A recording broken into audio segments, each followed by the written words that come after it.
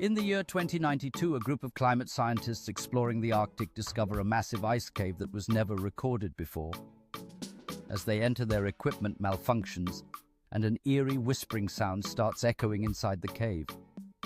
Suddenly, a scream comes from deep inside the glacier, but there's no one there. The ice is thousands of years old, but something is moving inside it. We didn't wake it up. It was already watching. Was it a trapped soul, an ancient predator, or a signal from another dimension? The scientists vanished. But their drone footage was found.